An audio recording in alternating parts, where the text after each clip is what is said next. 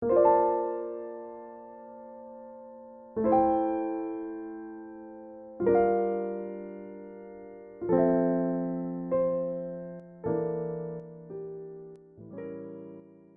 저는 이사야 14장 21절에서 32절의 말씀, 본문 말씀을 가지고 경영자 여호와라고 하는 제목으로 함께 하나님의 말씀을 나누고자 합니다.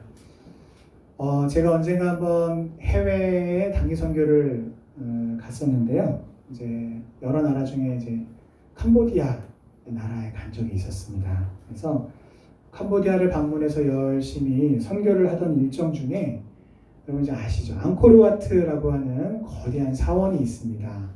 이 사원이요, 세계 7대 불가사의 중에 하나로 들어갑니다. 그리고 단일 규모로 전 세계에서 가장 큰 사원으로 꼽히는 곳이 바로 이 앙코르와트입니다. 캄보디아의 조상들이 밀림 한가운데에다가 이 앙코르와트를 지었어요. 그리고 수백 년 동안 밀림 속에 그냥 고립돼서 사람이 아무도 없이 밀림에 그냥 이 사원이 숨겨진 채로 있다가 프랑스 사람에 의해서 이 사원이 발견이 된 겁니다.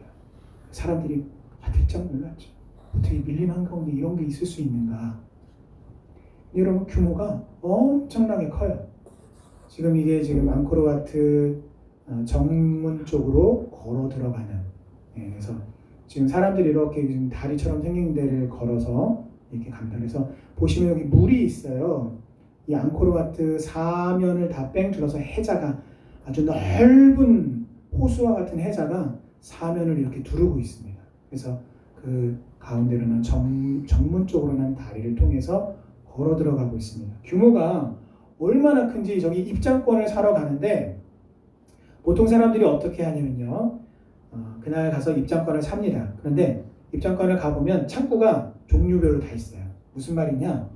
하루 방문용 입장권, 3일 동안 쓸 수 있는 입장권, 일주일 동안 쓸 수 있는 입장권을 창구를 따로 만들어 놨어요. 그래서 여기서는 당일 것만 발행, 그 옆 창구에서는 3일 티켓만 발행. 그 티켓을 사면 3일 동안 유효한 거예요. 무슨 말이냐면 규모가 얼마나 큰지 티켓을 사서 3일 동안 내내 다 꼼꼼하게 돌아다닐 수 있다는 거죠. 그런데 어느 정도냐? 일주일짜리도 있다는 겁니다. 일주일짜리도. 그래서 그 정도로 규모가 엄청나게 크다는 것입니다. 자, 그런데 더 놀라운 것은요.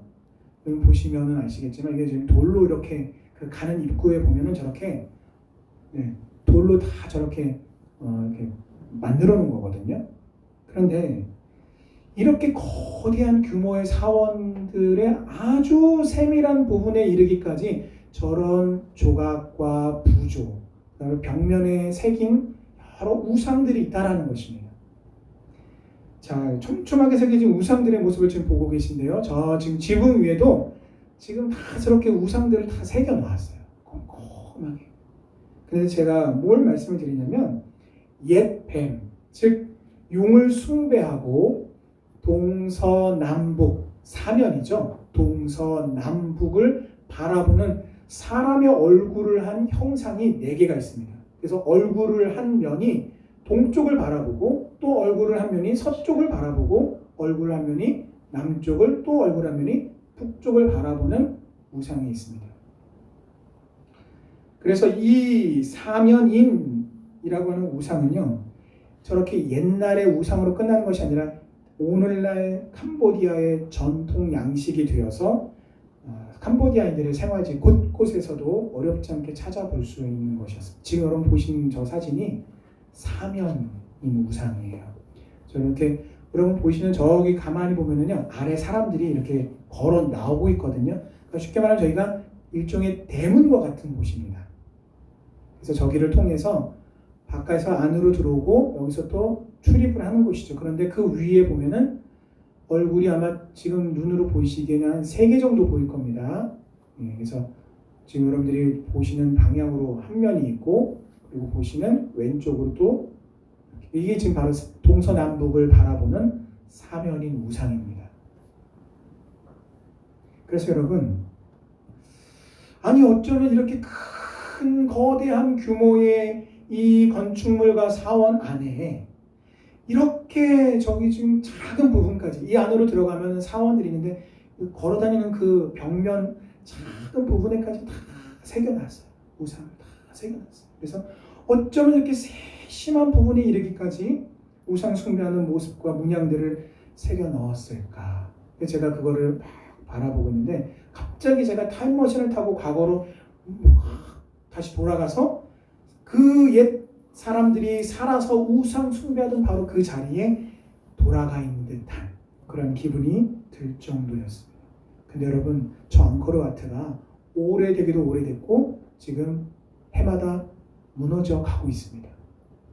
지금 여러분 저 보시면 앙코르와트 그 내부의 모습인데요. 안에 있는 사원의 모습인데 그 왠지 그 돌로 된 사원 위에 뭐가 이렇게 무슨 거미줄처럼 이렇게 돼 있죠. 저게 뭐냐면 나무예요. 나무. 스풍나무라고 하는 거대한 나무입니다. 그 나무가 아주 수백 년 동안 약 저 사원이 대략 한 1000년 전에 져졌다고 이렇게 학자들 말을 하는데 수백 년간 저 나무들이 잠식을 하면서 사원들을 다 먹습니다. 네, 그 다음 장면 한번 보여주십시오. 그래서 여러분 보시면 저게 나무 뿌리예요. 아주 붉은 나무 뿌리들이 곳곳마다 사원들의 돌을 다 파헤치고 뿌리 깊숙이 박혀서 해마다 사원들이 무너지는데 지금 아마 잘 안 보일 수도 있는데 지금 저 그 나무 아래쪽이 뭐냐면 저희가 회랑입니다. 복도처럼 되어 있는 곳인데 거기가 무너지니까 어떻게 했냐면 쇠파이프로 지금 계속 이렇게 쭉 이렇게 세워서 받쳐놓은 거예요. 무너지지 말라고. 그래서 여러분 사람들은 이렇게 말을 해요. 아, 저 스풍나무는 아무짝에도 쓸모가 없는 나무야. 이 귀한 문화재를 무너뜨리는 아주 나쁜 몹쓸 나무야. 라고 사람들은 그렇게 말을 하고 평가를 합니다. 그러나 스풍나무야말로 하나님의 도구요, 하나님의 심판과 하나님의 살아계심을 보여주고 증거하는 아주 귀한 나무인 것입니다. 이처럼 오늘날의 앙코르와트와 스풍나무는 1000년 전에 번성했던 앙코르 제국의 몰락을 아주 잘 보여주고 있습니다. 이제 더 이상 그 제국의 사람들은 남아있질 않아요. 단지 유적만이 쓸쓸하게 저 자리에 남아있을 뿐입니다. 아, 과거에 이곳에 아주 찬란했던 문화가 피었었구나. 아주 많은 사람들이 이곳에서 번성을 했구나라는 것은 미루어 짐작할 수 있지만 자취를 찾아볼 수가 없게 되었습니다. 그래서 여러분, 아까도 제가 말씀을 드렸지만 이 앙코르와트는 문화유적지이지만 그 내면을 들여다보면 아주 뿌리 깊은 우상 숭배지입니다. 어마어마한 우상 숭배지예요. 여러분 제가 제가 가서 찍은 사진들인데 다 담지 않아서 그렇죠. 가서 보면 이거는 그 당시에 어떤 그런 음란한 어떤 그런 상황들을 보여주는 그런 모습들, 그런 조각들 얼마나 많은지 모릅니다. 그리고 저 사원은 애초에 힌두교 사원으로 지어졌습니다. 하지만 세월이 역사가 흐르면서 오랜 왕조들의 몰락과 함께 더불어 그 위에 이제는 불교 사원이 되어버렸습니다. 겹겹이 우상 숭배의 소굴이 되어버린 것이죠. 하나님께서는 악인을 멸하시고 맞서 싸우시는 분이십니다. 여기서 말하는 악인이란 여호와 하나님을 의지하지 않고 교만히 행하는 사람을 의미합니다. 하나님은 반드시 교만한 자를 대적하고 물리치십니다. 그래서 성경은 우리에게 교훈하기를 교만은 패망의 선봉이요 또한 교만은 넘어짐의 앞잡이다라고 교훈하고 있는 것입니다. 무조건 흑백 논리로 우리는 교회 안에 있으니까 괜찮고 악인이 아니다라고 생각하는 것은 하나님의 말씀을 크게 오해하고 잘못 이해하는 것입니다. 우리는 하나님 앞에서 항상 교만한 자가 되지 않도록, 그래서 성경이 말하는 악한 자가 되지 않도록 우리는 항상 주의하고 겸손해야 합니다. 교만한 자의 분명한 미래는 오늘 말씀해 보니까 도륙당하는 것입니다. 미래가 끊기는 것입니다. 현재 누리고 있는 영화와 부귀와 만족들이 물거품처럼 사라지는 것입니다. 교만한 자들의 이름과 그 후손들 역시 여러분들 함께 살펴봤던 앙코르 와트처럼 하나님의 끊어내심으로 말미암아 끊어져 버립니다. 더 이상 사람 사는 곳이 아니라 짐승의 거처와 물 웅덩이가 되게 하시는 것입니다. 그러면 여러분, 하나님의 자녀들인 우리들은 어떻게 해야 할까요? 여러분 제목 한번 보십시오. 같이 한번 읽겠습니다. 같이 시작. 떠나고 낮추고 기도하고 찾는 것. 이게 우리가 해야 돼요. 떠나고 낮추고 기도하고 찾는 것. 무슨 말이냐? 여러분, 우리들 스스로 겸비한다. 하나님께서 우리에게 말씀하신 바가 있습니다. 역대하 8장 14절에 이렇게 말씀하셨습니다. 내 이름으로 일컫는 내 백성이 그들의 악한 길에서 떠나 스스로 낮추고 기도하여 내 얼굴을 찾으면 내가 하늘에서 듣고 그들의 죄를 사하고 그들의 땅을 고칠지라. 아멘. 우리들 스스로 준비한다라고 하는 것은 바로 하나님의 교훈입니다. 그리고 이 스스로 준비한다라는 것은 바로 떠나고 낮추고 기도하고 찾는 것입니다. 하나님 보시기에 악한 모든 것에서 떠나는 것입니다. 또 교만했던 우리의 중심과 말과 행동을 회개하고 자신을 겸손히 하나님 앞에 낮추는 것입니다. 또한 하나님께서 우리를 만나주시도록 간절히 기도하고 찾는 것입니다. 그러면 하나님께서 들으시고 우리의 죄를 사하시고 우리의 땅을 고치신다고 약속하셨습니다. 하나님의 계획과 생각은 오늘 본문 말씀에 보니까 내가 경영하는 것은 반드시 이룬다라고 하나님께서 강조해서 말씀하고 있습니다. 하나님께 순종했던 이스라엘이 어느 날 그들이 교만히 행하고 목이 곧아져서 하나님 말씀대로 순종치 아니하고 교만하게 행함으로 말미암아 하나님이 그들을 교훈하시기 위하여 이방 민족을 들어 그들의 회초리로 하나님이 사용하셨습니다. 오늘 본문에 보면 아수르라는 나라가 그렇게 등장을 하고 있습니다. 그런데 문제가 뭐냐면 하나님의 역사하심으로 하나님이 들어 막대기로 사용했던 그 아수르라는 나라 자체가 기고만장한 거예요. 야, 하나님의 백성이라더니 아무것도 아니네. 하나님이 온 우주 가운데 주인이라고 그렇게 말하더니 아무것도 아니네. 이 교만함이 하나님 보시기에 도를 넘게 되었습니다. 바로 그때에 그렇게 교만이 행함으로 하나님의 백성을 더 괴롭히고 더 짓밟는 그런 일들이 일어나서 고통을 주었을 때에 오늘 말씀해 보면 하나님께서 그 아수르를 깨뜨려 버리기로 하나님이 계획하신 것입니다. 그래서 하나님께서 하나님 백성들의 그 어깨의 무거운 멍에를 하나님이 풀어주신 것입니다. 사랑하는 성도 여러분, 혹시 우리 가운데에 무거운 멍에로 고통하는 분이 계십니까? 어려운 고통과 역경 가운데 계시는 분이 계십니까? 오늘 하나님께서 말씀하신 내가 생각한 것이 반드시 되며 내가 경영한 것을 반드시 이루리라고 하신 하나님의 음성을 기억하심으로 위로를 받으시기를 바랍니다. 뿐만 아니라 여러분 자신을 하나님 말씀 앞에 부지런히 세우시며 살피시기를 바랍니다. 왜냐하면 하나님은 언제나 교만한 자를 부셔버리는 분이기 때문입니다. 교만한 자를 심판하십니다. 따라서 우리는 교만한 자를 대적하는 하나님을 의지하며 겸비해야 합니다. 아까 살펴봤던 우리 스스로 떠나고 낮추고 기도하고 하나님을 찾는 것, 그것이 바로 스스로 겸비하는 것인데 이렇게 해야 합니다. 여러분, 그것을 준비하는 길은 우리의 교회와 가정과 또 학교와 직장과 우리의 일터와 각 사회 영역과 열방과 나라를 품고 하나님의 통치가 임하게 해달라고 기도하는 것입니다. 여러분, 연일 뉴스를 보면 요즘은 그런 것 같아요. 사람들이 자꾸만 자극적인 소식을 자극적인 것에만 관심을 주다 보니까 훈훈한 뉴스는 잘 전달하지 않습니다.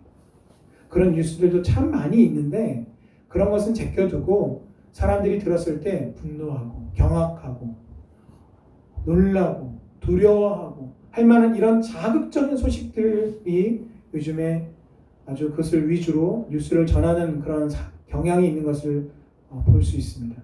또 뿐만 아니라 이 시대에 우리 대한민국에서 일어나는 또 많은 사건, 사고들이 정말 깜짝 놀랄 만한 일들이 너무 많아요. 그래서 많은 사람들이 뉴스를 보면서 분노합니다. 절망합니다. 슬퍼합니다. 예수 믿는 우리들도 어떻게 저럴 수 있어? 세상에 어쩌면 저래? 놀라기도 똑같이 반응합니다. 근데 여러분, 우리는 그렇게 놀라고 분개하고 슬퍼하는 것으로만 끝내서는 절대로 안 됩니다. 이전에 어떤 목사님이 이렇게 얘기하시더라고요. 새벽같이 신문, 요즘은 신문 보시는 분들이 거의 많이 없죠. 그런데 새벽에 이제 신문이 일찍 오는 집은 정말 일찍 오거든요. 일찍 오는 집들은 5시 전에도 받아요. 그런데 항상 5시가 되기 전에 언제나 그 새벽 깜깜한 자리에 나와서 신문을 기다리는 분이 계셨어요. 신문 배달원에 가면 깜짝깜짝 놀랍니다. 비가 와도 서 계시고 눈이 와도 서 계시고 깜깜해도 서 계시고 늘 이제 가면은 그분이 계실 줄 알아요. 근데 늘 있어요. 개 한 마리하고 같이 서 있는 분이 계셨는데 어떻게 하냐고요? 제가 신문을 배달했기 때문에 알고 있습니다. 근데 그분은 항상 기다렸다가 달라고 손을 내미세요. 저도 정말 제가 놀라거든요. 그런데 어떤 목사님이 이렇게 말씀하셨어요. 그렇게 일찌감치 신문을 기다렸다가 쫙 신문을 펼쳐놓고 일면을 쫙 보면서 이렇게 하지 말라는 겁니다. 신문을 쫙 펼쳐놓으면 그 모든 댓글, 이 머리 기사들이 하나하나가 다 우리의 기도 제목이라는 거죠. 슬픔을 당한 이웃에 대한 소식을 놓고서는 그 이웃을 하나님께서 위로하시도록, 절망 가운데 있는 자들에게 하나님이 소망을 주시도록, 이 사회의 부조리와 부패가 있는 곳마다 그것이 정결케 되고 회복되도록, 더러운 것들이 도려짐을 당하고 다시 새살이 돋아나서 이 나라와 이 사회와 이 민족이 건강해지도록 위해서 기도하는 기도의 제목이 가득 찬 것이 바로 신문이다라고 말씀하시는 목사님을 제가 기억을 합니다. 이런 뉴스도 마찬가지입니다. 그 하나하나가 우리의 하나님 앞에 드리는 믿음의 기도 제목이 될 때에 우리 스스로 하나님 앞에 떠나고 낮추고 또 하나님 앞에 기도하고 하나님을 찾을 때에 하나님께서 저와 여러분들을 통해 이 나라 이 민족을 더욱더 강건케 하며 회복시키시며 새롭게 하시는 놀라운 은혜가 임하게 될 줄 믿습니다. 두 번째로 우리 스스로 준비해야 된다라고 하는 의미는 바로 죄와 교만을 깨뜨리는 것입니다. 내 안에 교묘하게 숨어있는 죄와 교만함을 깨뜨리는 것을 의미하는 것입니다. 여러분, 인간이 뼛속 깊숙이 죄인이라고 하는 것을 잘 보여주는 말이 있습니다. 바로 내노란불이라고 하는 단어입니다. 내가 하면 로맨스, 네가 하면 불륜이다 라는 말을 앞글자만 딱 따와가지고 내로남불이라고 그렇게 말하죠. 여러분, 어떻게 똑같은 동일한 것을 두고 남이 하면 불륜이 되는 더러운 사랑을 내가 한다라는 이유만으로 숭고한 사랑이라고 부를 수 있습니까? 이게 어떻게 가능해요? 이게 바로 죄인의 특성입니다. 이게 죄인의 바로 특성이에요. 그러므로 우리가 교만이라고 하는 것을 향해서 시퍼렇게 날이 선 칼날을 들이댈 때에는 항상 먼저 그 교만함이 타인에게 있는 교만함이 아니라 내 안에 있는 교만함을 향해서 먼저 그 칼날을 항상 대야 돼요. 여러분, 의사가 수술할 때 여러분 학생들이 연필을 깎을 때 쓰는 칼이 있죠. 보통 커터칼 가지고 많이들 그렇게 연필을 깎습니다. 아니면 뭐 이렇게 연필 깎는 것도 있지만, 근데 커터칼을 가지고 수술하는 의사 보셨습니까? 없어요. 의사들이 쓰는 칼은 따로 있습니다. 우리는 그 칼을 가리켜서 메스라고 합니다. 그래서 의사들이 항상 수술실에서 옆에 보조하는 팀한테 메스라고 하면은 메스를 건네주죠. 소독이 된 메스를 건네줍니다. 이 메스는요, 날이 엄청 얇고 엄청 날카롭습니다. 그래서 어떻게 되면 살에다가 갖다만 대도요, 그냥 슥슥 나가. 엄청 날카로워요. 여러분, 교만을 향해서 우리가 메스를 들고 댈 때 반드시 그 메스는 타인에게 대서는 안 됩니다. 그 메스는 바로 나 자신을 향해서 하나님께서 나 자신을 그렇게 은혜의 메스를 가지고 대시도록 나 자신을 하나님께 내어드려야 하는 것입니다. 우리는 너무나 나 스스로를 속이고 있고 또 속고 있습니다. 교만하게 생각하고 말하고 행동하면서도 스스로 그것을 알지 못하고 깨닫지 못하고 느끼지 못할 때가 얼마나 많은지 모릅니다. 어떤 한 아가씨에게 고민이 있었습니다. 이 아가씨 말 못할 고민이 있는데 한번 들어봐 주세요. 이게 뭐냐면 방귀를 너무 자주 뀌는 거예요. 그래서 예배 와서도 예배 중에도 뽕뽕 또 소개팅에 나가서도 뽕뽕 회사 가서도 사장님 앞에서도 뽕뽕 시도 때도 없이 자꾸 나온단 말이에요. 그래서 이게 이 아가씨의 고민인데 그나마 다행인 것은 아무도 몰라요. 냄새도 없고 또 소리도 안 나요. 그 자기 혼자만 아는 거예요. 아유 예배 때도 뽕뽕 끼는 아유 왜 이러지? 근데 다행이다. 왜? 나만 아니까. 냄새도 안 나고 소리도 안 나니까. 그래서 어쨌든 간에 뭐 그냥 이렇게 자유롭게 뽕뽕 꼈는데 이게 너무 고민이 돼가지고 안 되겠다. 이거를 고쳐야겠다 싶어가지고 병원을 찾아갔습니다. 원장님하고 상담을 하는 거예요. 그랬더니 원장님이 이야기를 다 듣더니 아가씨에게 이렇게 말합니다. 환자분 걱정하지 마십시오. 일주일만 저를 믿고 따라와서 제가 말씀드리는 대로 처방을 받고 약을 잘 드시면 반드시 일주일 이내에 차도가 나타날 겁니다. 걱정하지 마십시오. 그래가지고 얼마나 고맙습니까? 일주일이면은 차도가 있고 고쳐진다고 하니까 좋잖아요. 그래서 처방을 받고 약을 지어서 열심히 먹었습니다. 그리고 일주일이 흘러갔는데 아니 세상에 일주일 뒤에 이 아가씨가 얼굴이 빨개져가지고 이 원장님을 찾아서 따지기 시작을 합니다. 아니 원장님 이거 어떻게 된 겁니까? 아니 일주일만 약을 먹고 잘 처방대로 하면 아니 차도가 있고 고쳐진다고 하더니 무슨 이가 나아진 게 하나도 없잖아요. 아니 되려 더 악화됐단 말입니다. 이거 어떡할 거예요? 아니 무슨 말씀이십니까? 그랬더니 아가씨가 이렇게 얘기를 해요. 아니 이전에는 괜찮았는데 이전에 안 나던 냄새가 난다는 거예요. 심각해진 거 아니에요? 아니 이거 어떻게 해요? 이전에 안 나던 냄새까지 난단 말이에요. 이거를 이 문제 어떡합니까? 했더니 의사가 그 얘기를 듣더니 이렇게 방긋하고 빙그레 웃어요. 웃더니 이렇게 얘기합니다. 예. 아이고 호전되셨네요. 예, 호전되셨습니다. 이제 축농증은 좀 호전이 되셨고요. 이제는 귀를 좀 고치시면 될 것 같습니다. 이게 무슨 말이에요? 예배 때 뽕 낄 때도 나만 못 맞고 나만 못 들었던 건데 다른 성도님들은 다 알았던 거예요. 아유 저 아가씨가 오늘도 방구를 뽕뽕 끼네. 아우 냄새나. 그러니까 자기만 몰랐던 거예요. 회사에 가서도 뽕뽕 끼면서 자기만 모르고 아유 괜찮다. 자기만 혼자 괜찮다. 주변의 모든 사람들은 다 알고 계셨던 거죠. 그 냄새를 맡고 그 소리를 들으면서. 여러분 이처럼요. 우리는 참 그래요. 나 자신을 잘 못 봐요. 내가 어떠한 행동을 하는지 잘 깨닫지 못할 때가 너무 많습니다. 여러분 수술방에 가면요. 창문이 있습니까? 없습니까? 혹시 수술방에 가보신 분?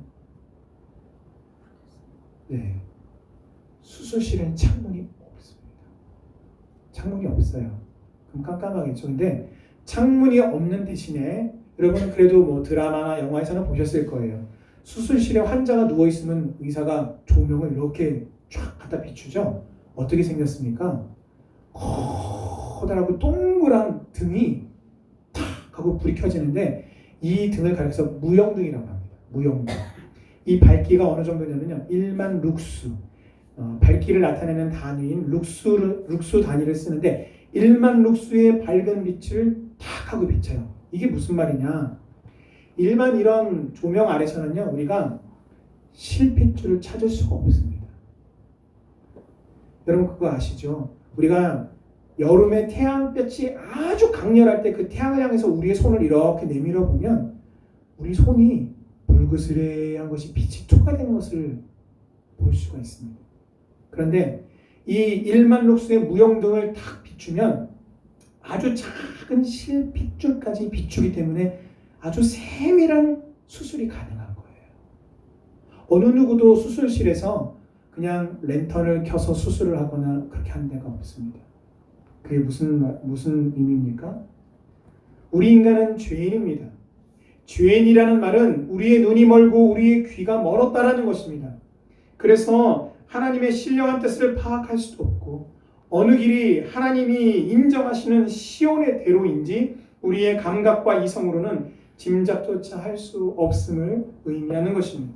더군다나 죄인된 우리의 영혼 깊숙이 숨겨져 있는 죄와 교만을 죄인의 눈으로 아무리 찾아내려고 애를 써도 찾아낼 수가 없다는 겁니다. 그럼 어떻게 해야 됩니까? 그래서 그때 필요한 것이 바로 하나님의 말씀에 비친 것입니다. 주의 말씀은 내 발의 등이요 내 길에 빛입니다 라고 고백한 시편 기자의 고백이야말로 진리입니다. 하나님의 말씀은 눈부시게 밝은 빛이 되어서 하나님의 말씀을 우리가 믿음으로 받을 때에 우리의 영혼과 내면 깊이 숨겨진 죄와 교만까지라도 다 속속들이 비추어내는 것입니다. 하나님의 말씀은 살았고 활력이 있어 좌우에 날선 어떤 검보다도 예리하여 홍과 영과 및 관절과 골수를 찔러 쪼개기까지 하며 또 마음의 생각과 뜻을 판단하나니. 아멘. 지금은 대한민국의 국력과 국격이요 그 어떤 시대보다도 더 많이 최고로 신장되었고 살기 좋은 나라가 되었습니다. 대한민국의 국력이 올라가고 국위가 선양이 되고 경제가 발전하고 살기가 좋아질수록 빠져드는 함정이 있는데 지금까지 역사상 거의 모든 나라들이 이 함정에서 벗어나지 못하고 이 멸망의 길에서 벗어나지를 못했습니다. 하나님의 축복 속에 잘 사는 나라가 되고 나라가 발전하고 살기가 편해질 바로 그때에 하나님의 교회가 거룩함을 상실하고 세상과 타협하게 된 것입니다. 거룩을 상실했다는 것은 하나님의 교회인 성도가 음란과 탐욕과 거짓에 빠지고 죄된 것을 책망하는 선명한 복음을 싫어하고 세상의 성공과 물질적인 부와 이 땅에서 잘 먹고 잘 사는 것에만 관심을 기울였기 때문입니다. 유럽의 교회가 그랬습니다. 또한 미국의 교회들이 그랬습니다. 그리고 마지막 때에 들어 사용하시던 한국의 교회가 바로 지금 그러한 위기의 가운데 위기의 길을 걷고 있습니다. 유럽의 교회 건물들에는요 정말 가보니까 주일날 예배 드리시는 분들이 제가 이렇게 보니까 할아버지 할머니들이 들어가요. 그리고 저희들이 봤을 때 와 정말 거대한 성당과 같다 싶은 그런 거대한 옛날 거대한 교회 건물이 있는데 한겨울에도요 그 추운 데서 난로도 못 피고 예배 드린대요. 사람이 너무 적게 나오는 거예요. 그 안에를 다 난방할 감당이 나질 않으니까 그 추운 가운데서 그곳에서 예배를 드린다면 여러분 정말 몇 분만이 남아있고 그것도 대부분 그 건물들이요 술집으로 바뀌어나가고 있고 심지어는요 이슬람 사원으로 교회가 팔려나가고 있습니다. 하나님은 하나님의 자녀들을 축복하시는데 왜 하나님의 자녀들은 변질될까요?